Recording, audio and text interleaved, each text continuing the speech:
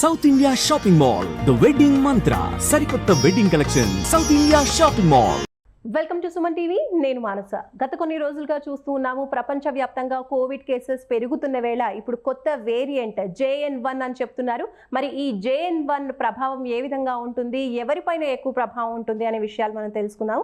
అలాగే ఎలాంటి జాగ్రత్తలు తీసుకోవాలి అనే విషయాలు కూడా తెలుసుకుందాం. మనతో పాటు ఉన్నారు senior pulmonologist doctor V Ramana Prasad గారు. వారితో మాట్లాడదాం. రమణ ప్రసాద్ గారు, నమస్తే అండి. డాక్టర్ గారు, ఇప్పుడు వచ్చినటువంటి ఈ కొత్త వేరియంట్ JN1 ఏ విధంగా ఉంటుంది, ఎలాంటి ఎఫెక్ట్ ఉంటుంది? అంటే గత కోవిడ్ కన్నా కూడా ఇప్పుడు డేంజరస్ అంటారా?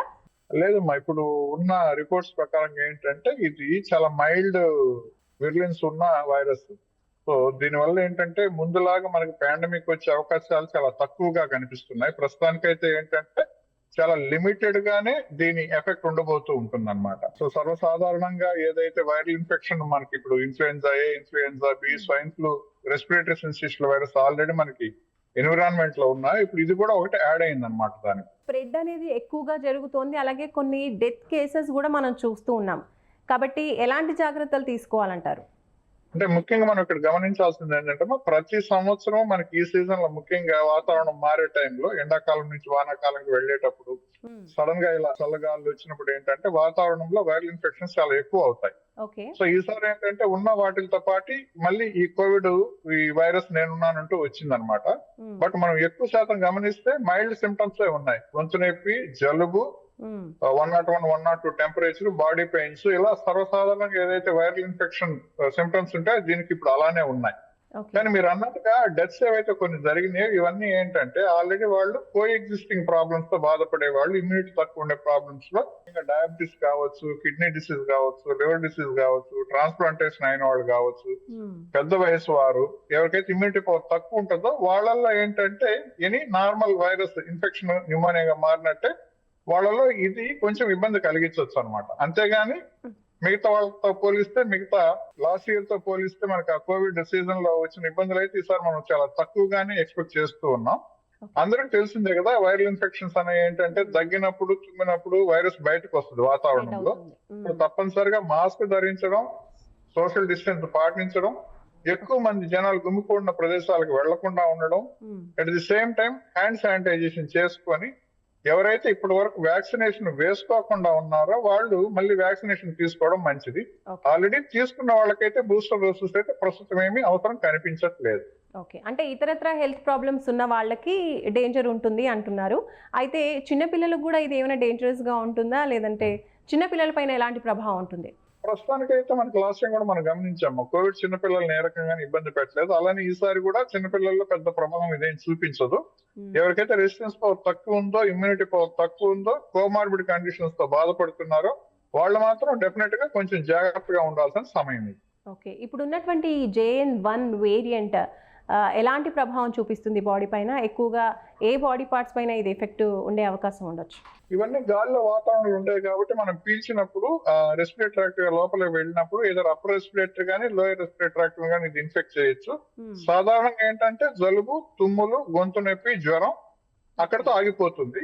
కొంతమందిలో ఏంటంటే బాడీ పెయిన్స్, లూజ్ మోషన్స్ కూడా రావచ్చు. చాలా మందిలో ఇలా లిమిటెడ్ గానే ఇది ఎఫెక్ట్ చేసే ఛాన్స్ ఉంటుంది. మనం ముందు అనుకున్నట్టుగా ఎవరికైతే తక్కువ ఇమ్యూనిటీ పవర్ ఉందో, ఎవరైతే ఇమ్యూనో సప్రెషన్ మెడిసిన్స్ మీద ఉన్నారో, ఎవరైతే డయాబెటీస్ తో బాధపడుతున్నారో, సార్కాయిడోసిస్, రుమటాయిడ్ ఆర్థరైటిస్ లాంటి దీర్ఘకాలికమైన కనెక్టివ్ టిష్యూ డిజార్డర్ లో ఇమ్యూన్ సప్రెషన్ మీద ఉన్నారో వాళ్ళ మాత్రం ఏంటంటే కొంచెం ఇది న్యూమోనియాగా మారే ఛాన్సెస్ ఉన్నాయి. సో ఇటువంటి వాళ్ళు మాత్రం కొంచెం జాగ్రత్తలు ఎక్కువ తీసుకోవాల్సి ఉంటుంది.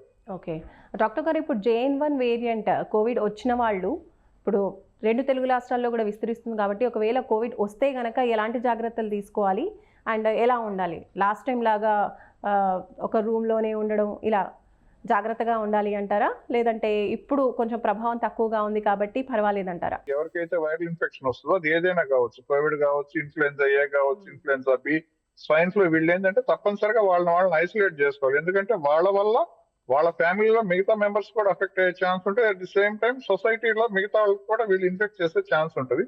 సో సెల్ఫ్ ఐసోలేషన్ అనేది మస్ట్ అండ్ మ్యాండేటరీ. వాళ్ళ గురించే కాకుండా వాళ్ళ ఫ్యామిలీ మెంబర్స్ అలానే సొసైటీలో మిగతా వాళ్ళ కొరకు అది తప్పనిసరిగా చేయాలి. ఇది చాలా వరకు ఏంటంటే మైల్డ్ గా ఉంటది కాబట్టి డాక్టర్ సంబంధించి దానికి సంబంధించిన యాంటీవైరల్ మెడికేషన్స్ తీసుకోవడం, సిమ్టమాటిక్ ట్రీట్మెంట్ తీసుకొని ఒక 3 to 5 days కానీ ఐసోలేషన్ లో ఉంటే జనరల్ గా ఏంటంటే దీని ఎఫెక్ట్ ఎక్కువ లేదు కాబట్టి 5 days తర్వాత maximum with in 1 week they can go back to work again. Okay, ఇప్పుడు వ్యాక్సిన్ గతంలో తీసుకున్న వాళ్ళపైన దీని ప్రభావం ఉంటుందంటారా? అంటే మనకున్న పెద్ద అడ్వాంటేజ్ ఏంటంటే మనం COVID-1, COVID-2, COVID-3 వేవ్స్ లో ఆల్మోస్ట్ అందరం ఎఫెక్ట్ అయిపోయాం. సో అందరికి పాజిటివ్ వచ్చినా ఆ టెస్ట్ రాకపోయినా కానీ ఆల్మోస్ట్ అందరూ ఎఫెక్ట్ అయ్యారు. సో మనకి ఆల్రెడీ న్యాచురల్ ఇమ్యూనిటీ ఉంది. దాంతో పాటు ఏంటంటే 2 వ్యాక్సిన్స్ తీసుకున్నాం, దాని తర్వాత బూస్టర్ కూడా తీసుకున్నాం. అంటే ఆల్మోస్ట్ మనం ఫుల్లీ వ్యాక్సినేటెడ్. చాలా వరకు ఏంటంటే మన ఇమ్యూనిటీ చాలా బాగుంటది అనమాట ఈ వైరస్ కి అగెనిస్ట్ గా. సో ఇప్పుడు కొత్తగా మనం మళ్ళీ వ్యాక్సిన్స్ తీసుకోవాల్సిన అవసరం అయితే ఏమి ఉండదు. ఎవరైతే వ్యాక్సిన్స్ తీసుకోలేదో లాస్ట్ టైం మిస్ అయ్యారో వాళ్ళు మాత్రం వ్యాక్సిన్ తీసుకోవడం బెటర్.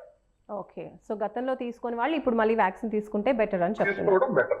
ఓకే, సో ఇప్పుడు అంటే ఇమ్యూనిటీ బూస్టప్ చేసుకోవడానికి ఎలాంటి ఫుడ్ ని ప్రిఫర్ చేసుకోవచ్చు, అలా ఎలా ఉండొచ్చు? ఇమ్యూనిటీ బూస్ట్ చేసుకోవడం ఎలా? సో బేసిక్ ఏంటంటే మనం కొత్తగా ఇప్పుడు బూస్ట్ చేసుకునేది కాకుండా ఏంటంటే ఎవరైతే స్మోకింగ్ చేస్తున్నారో వాళ్ళు డెఫినెట్ గా స్మోకింగ్ ఆపేయాలి, ఆల్కహాల్ కన్సంప్షన్ మానేయాలి, హై ప్రోటీన్ ఫుడ్ తీసుకోవాలి. ముఖ్యంగా ఈ చల్లని వాతావరణంలో తిరగకుండా ఎక్కువ జనసమర్థమైన ప్రదేశాలను అవాయిడ్ చేయడము, హ్యాండ్ హైజీన్, సోషల్ డిస్టెన్స్ పాటించడం చాలా ముఖ్యం. అలానే ఇక్కడ ముఖ్యంగా గుర్తు చేసుకోవాల్సింది ఏంటంటే ఇది వైరల్ ఇన్ఫెక్షన్స్ సీజన్ ఇంకా రాబోయేదంతా. ఆల్రెడీ మనకి ఏంటంటే కోవిడ్ వ్యాక్సిన్స్ లాగానే ముందు ఇన్ఫ్లుయెన్జా వ్యాక్సిన్ అనేది అవైలబుల్ ఉంది, అది ప్రతి సంవత్సరం తీసుకోవాలి. అలానే న్యూమోకాకల్ వ్యాక్సిన్స్ అని కూడా 2 అవైలబుల్ ఉన్నాయన్నమాట. 13 వేరియంట్ అలానే 23 వేరియంట్. దాన్ని కూడా డాక్టర్ని సంప్రదించి ఆ వ్యాక్సిన్స్ కూడా తీసుకుంటే అడల్ట్ ఇమ్యునైజేషన్ ఇటువంటి వ్యాధులను బాధపడకుండా అలానే న్యూమోనియాగా రూపాంతరం చెందకుండా కూడా మనల్ని మనం కాపాడుకోవచ్చు. ఓకే, గతంలో కోవిడ్ వచ్చిన వాళ్ళు అంటే చాలా మందికి కోవిడ్ వచ్చింది కాబట్టి ఆ వ్యాక్సిన్స్ తీసుకున్నాము, అలాగే కొంచెం స్ట్రాంగ్ అయ్యాము అని కూడా చెప్తున్నారు కదా, ఇమ్యూనిటీ పవర్ కూడా పెరిగింది అంటున్నారు. సో గతంలో వచ్చిన వాళ్ళకి మళ్ళీ ఇప్పుడు కోవిడ్ వచ్చే అవకాశం తక్కువగా ఉంటుందంటారా?